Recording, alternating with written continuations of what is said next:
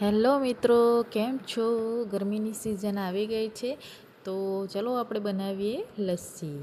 અહીંયા મેં 5 જાતની લસ્સી બનાવી છે. કેસર પિસ્તા લસ્સી, મેંગો લસ્સી, ચોકલેટ લસ્સી, પછી બનાવી છે રોઝ લસ્સી અને લાસ્ટમાં બનાવી છે આપણી સાદી લસ્સી, પ્લેન લસ્સી. તો ચલો આપણે ઘરે બનાવીએ. તો એના માટે મેં 800 ગ્રામ ફ્રેશ દહીં લીધું છે, જે ઘરે જ બનાવ્યું છે મેં. તમે બહારથી પણ લઈ શકો છો, પણ ઘરે બનાવેલું દહીં સારું પડે છે. તો આ તમે સ્ક્રીન પર જોઈ શકો છો કે મેં જે દહીં જમાવ્યું છે એ ખૂબ જ સરસ રીતે બની ગયું છે. ઉપર થોડી મલાઈ પણ જામી ગઈ છે, તમે જોઈ શકો છો. તો આપણે એ મલાઈ છે ને થોડી એને આપણે કાઢી લઈએ, જે આપણે સાદી લસ્સી માટે યુઝ કરીશું. તો આ સમરમાં ગૃહિણીઓ ખાસ ઘરે લસ્સી બનાવે છે, તો એટલા માટે મેં આ નવી રેસીપી લઈને આવી છું. તો આ દહીંને છે ને એને ચમચી વડે સરખી રીતે મિક્સ કરી લઈએ. જો મેં હલકા હાથેથી એને સારી રીતે મિક્સ કરી દીધું છે. તમારા પાસે રવાઈ હોય તો તમે રવાઈથી પણ એને મિક્સ કરી શકો છો, જેનાથી આપણી લસ્સી છે ને ગાઢી બનશે. આ જો આવી રીતે પણ તમે કરી શકો છો. તો આપણને બહુ જ પાતળી લસ્સી નથી જોઈતી, એ તમારા પર પ્રિફર કરે છે કે તમને જાડી લસ્સી જોઈએ છે કે પતલી લસ્સી જોઈએ છે. અહીંયા મારું દહીં જે છે એ થોડુંક ખાટું છે, એટલે એના માટે મને આ લસ્સી છે એ બધી જાડી નથી જોઈતી, મને થોડી પાતળી જોઈએ છે. તો એટલા માટે તમે પાણી અથવા દૂધ ઉમેરી શકો છો. મેં અહીંયા દૂધ ઉમેર્યું છે, કારણ કે હું દૂધ વધારે પ્રિફર કરું છું. તો એટલા માટે હવે તમે જોઈ શકો છો કે મારી લસ્સી છે એ થોડી પાતળી બની ગઈ છે. ઘણા લોકોને જાડી લસ્સી ફાવે છે, તો તમે અંદર દૂધ કે પાણી ના ઉમેરશો. તો આવી રીતે સરસ મઠ્ઠી આપણે બનાવી દીધી છે દહીંમાંથી. તમે સ્ક્રીન પર એને સારી રીતે જોઈ શકો છો કે એટલી સરસ છે. ચમચીથી પણ તમે એને જોઈ શકો છો કે મારી લસ્સી મઠ્ઠો છે એ ગાઢો છે કે પાતળો છે. તો એની અંદર આપણે 1 કપ દહીં લીધું છે વાટકામાં, અને એની અંદર મેં 2 કપ ખાંડ ઉમેરી છે. ખાંડ અગાડથી ઉમેરવાની નથી દહીંમાં, જ્યારે આપણે અલગ અલગ ફ્લેવરની લસ્સી બનાવીએ ત્યારે જ એની અંદર ઉમેરવાની છે. એની અંદર મેં 1/2 ટેબલ સ્પૂન એલચી પાવડર નાખ્યો છે, અને પછી એને સારી રીતે અંદર ઘોલી લઈએ છીએ. તમે ચમચીથી અથવા તો તમારી પાસે જે સાધન અવેલેબલ હોય, રવાઈ હોય તો રવાઈથી પણ તમે કરી શકો છો. તો હવે એક ગ્લાસમાં મેં આઈસ ક્યુબ લીધા છે, અને એની અંદર જે આપણે જે સાદી લસ્સી તૈયાર થઈ છે એ અંદર મેં રેડી દીધી છે. અને જે મેં લસ્સી બનાવી છે એ દહીંને પહેલાં થોડું ઠંડુ કર્યું છે. હવે એની ઉપર જે આપણે મલાઈ હતી એ મેં કાઢીને આની અંદર નાખી છે, અને થોડી ક્રીમ નાખી છે, અને મારી પર થોડા ડ્રાયફ્રૂટ્સ અવેલેબલ હતા તો મેં એ નાખ્યા છે.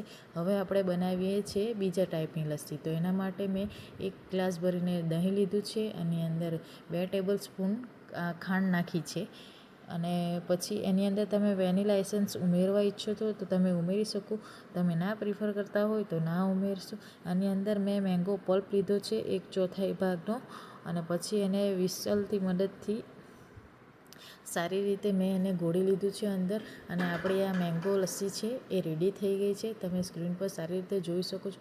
તમે એને જેટલી રવાઈથી હલાવશો એટલી આસાનીથી બની જશે. મેં 2 થી 3 ડ્રોપ્સ છે મેંગો ફ્લેવરના નાખ્યા છે વેનીલા એસન્સ. તમે નાખવું હોય તો તમે નાખી શકો, તમારી ઈચ્છા ના હોય તો તમે ના નાખી શકો. અંદર મેં બરફ ઓલરેડી નાખેલો છે, એની અંદર આવા મેંગો લસ્સી મેં એડ કરી છે ગ્લાસમાં, અને એની ઉપર અગેન મેં ડ્રાયફ્રૂટ્સ નાખું છું. તમે જોઈ શકો છો આ લસ્સી કેટલી સરસ બની ગઈ છે.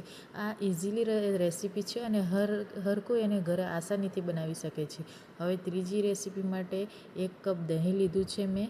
હવે એ આપણે બનાવી રહ્યા છે જે લેટેસ્ટ લસ્સી એ છે, એના માટે મેં 2 ટેબલ સ્પૂન ખાંડ નાખી છે, અને 1 ટેબલ સ્પૂન કોકો પાવડર, જેને મેં ગરમ પાણીની અંદર 3 થી 4 ટેબલ સ્પૂન ગરમ પાણી એડ કરીને મિલાવી લીધું છે.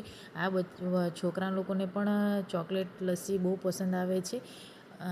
તો એને મેં દહીંની અંદર ઉમેરી દીધું છે, અને એને સારી રીતે ગોળને મિલાવી દીધો છે. તમે સ્ક્રીન પર જોઈ શકો છો. અને જે મેં બનાવ્યું છે એનું મેઝરમેન્ટ ડિસ્ક્રિપ્શનમાં પણ લખ્યું છે, તો જેથી તમને ઇઝીલી મળી રહે. તો આ રીતે જો મારી પર થોડા ચોકલેટના ક્યુબ્સ હતા તો ને ગ્રેટેડ ચોકલેટ પણ હતી, તો મેં ઉપર ગાર્નિશિંગ માટે નાખી છે. તમારી પર ધારો કે ડેરી મિલ્ક ચોકલેટ હોય યા બીજી કોઈ ચોકલેટ હોય તો એના થોડા નાના નાના ટુકડા પાડીને તમે એની ઉપર ગાર્નિશિંગ કરી શકો છો, તો તેનાથી ખૂબ જ સુંદર દેખાય છે. હવે આપણી જે બીજી લસ્સી છે એના માટે મેં અગેન દહીં લીધું છે, અંદર 1 ટેબલ સ્પૂન ખાંડ નાખી છે, કારણ કે આપણે રોજ લસ્સી બનાવવા જઈ રહ્યા છીએ, તો એના માટે મેં 2 થી 3 ટેબલ સ્પૂન રોઝ સિરપ નાખ્યું છે. અને પછી એને આપણે સારી રીતે ઘોળી લઈએ તો આપણી સરસ મજાની રોઝ લસ્સી પણ તૈયાર થઈ જાય છે. રોઝ ઓલરેડી ઠંડકના માટે વપરાય છે ઉનાળામાં, અને આ રોઝ લસ્સી તો ખાસ પીવી જોઈએ. એની અંદર તમે ટૂંકમરિયા યા સબ્જા સીડ્સ ઉમેરવા ઈચ્છો છો તો તમે એ પણ ઉમેરી શકો છો. મારી પર ડ્રાયફ્રૂટ છે એટલે મેં એને ડ્રાયફ્રૂટથી ગાર્નિશિંગ કર્યું છે. હવે આપણી જે લાસ્ટ લસ્સી છે એના માટે મેં દહીં અને 2 ટેબલ સ્પૂન ખાંડ અંદર એડ કરી છે. મેં ખાંડનો પાવડર લીધો છે, કારણ કે તે આસાનીથી પીગળી જાય છે. અને મેં જે કેસર છે એને પાણીમાં બોરી રાખી હતી, એને મેં નાખીને એ અંદર થોડાક પિસ્તા નાખ્યા છે. આપણી આ કેસર પિસ્તા લસ્સી છે, તો એના માટે મેં પિસ્તા અગાડીથી કટ કરી નાખ્યા હતા, તો તમે સ્ક્રીન પર જોઈ શકો છો. મસ્ત મજાની લસ્સી તૈયાર થઈ ગઈ છે. મારી આ નવી ચેનલ છે, તો મારી રિક્વેસ્ટ છે કે પ્લીઝ તમે લોકો મને સબસ્ક્રાઈબ કરો, સપોર્ટ કરો, અને તમારા ગ્રુપમાં બધા મિત્રોને જણાવો, અને મારી ચેનલને શેર કરો. ઘરે રેસીપી બનાવો અને એન્જોય કરો, અને ઘરના બધાને પણ ટેસ્ટ કરાવો. આ સૌથી સરસ ઇઝીલી બની જાય એવી લસ્સીની રેસીપી છે, તો તમે આસાનીથી ઘરે બનાવી શકો છો. તો મિત્રો આવજો.